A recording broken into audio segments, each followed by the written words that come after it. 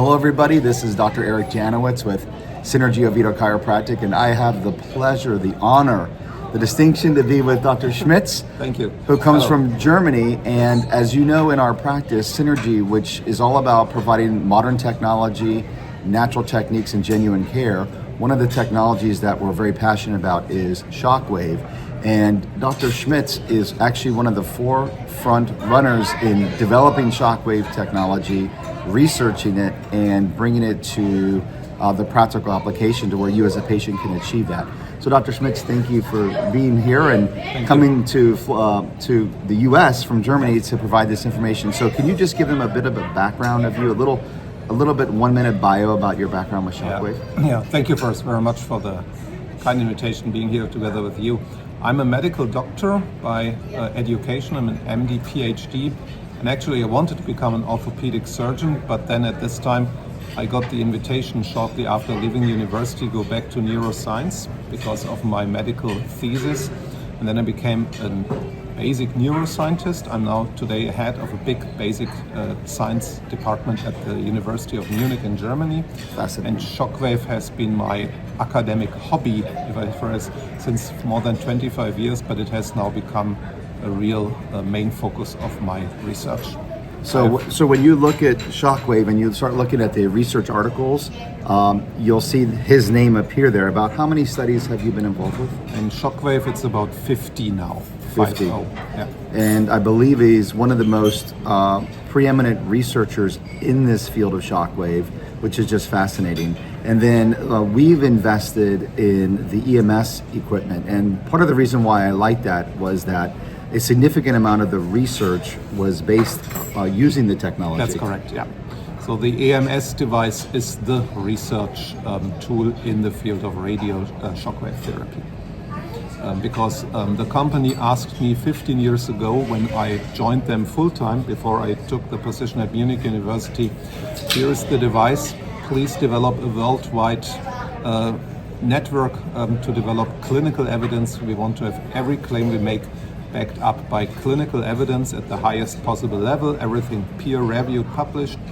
And so I started that 15 years ago, and the success story is still ongoing. So you have helped get essentially this technology to the United States, essentially. Yes. And then correct. recently I just was told that it's in the Mayo Clinic as well, the same exact technology. Yes, in And the then Mayo Clinic in the Department of Sports Medicine, I installed the device there by myself.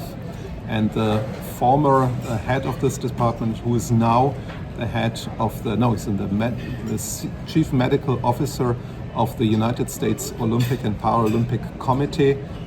He's a good colleague, and he was the one who invited me at that time to the Mayo Clinic because he wanted to know what's going on, and we are still in contact. And if there would be any chance to do research together with them, it's still on the desk.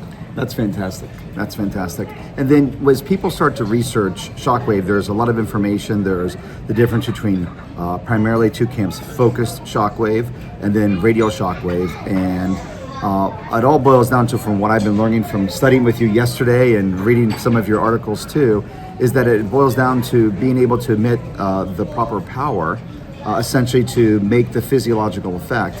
And what I'm really pleased to see is that the EMS device is one of the few devices out there, because of course people can find other knockoff devices, but this is one of the devices that has the ability to provide the power that can be at the same level and parallel to produce for the majority of things that people deal with. Not every single thing, like a bone problem, as you said, but the majority of musculoskeletal things that we see in a chiropractic practice, the EMS is the sufficient power.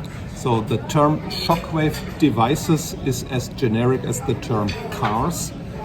Nobody would tell you that she drives a car. Everybody would tell you that she drives a Porsche or a Ferrari or a Toyota for certain purposes. That's the same in the shockwave field. Many things you hear there are plain wrong. So for example, the distinction between focused shockwave and radial pressure wave is scientifically incorrect. This is marketing. Okay. To make a long story short, what you need is high energy at the target region, and you need to bring the energy there. The radial device from EMS is proven to be the by far most strongest radial shockwave device that is available. The reason is a patent AMS owns that makes the handpiece technology different compared to anything else. And as long as your target region is within the reach of the radial shockwaves created by the AMS device, you have the same outcome as if you treat them with focused shockwaves. The limitation of radial is when the pathology is so deep that you cannot reach it with radial anymore, then you have to use a focused shockwave device. We in Europe have both. Soon you will have the same here in the United States.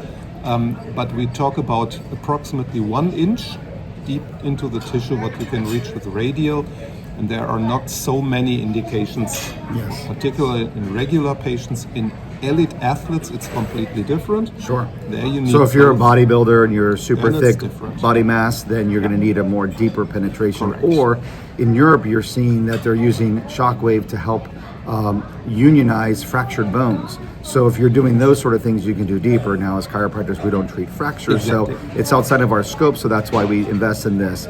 But I just want to thank you for being on the front line and spending many of your years of your life in helping bring this scientific community together to help technology, which we as practitioners then can help to serve you as patients, because at the end of the day, it's about helping patients live their best life. So thank you so much, and Thank we you. appreciate what you do.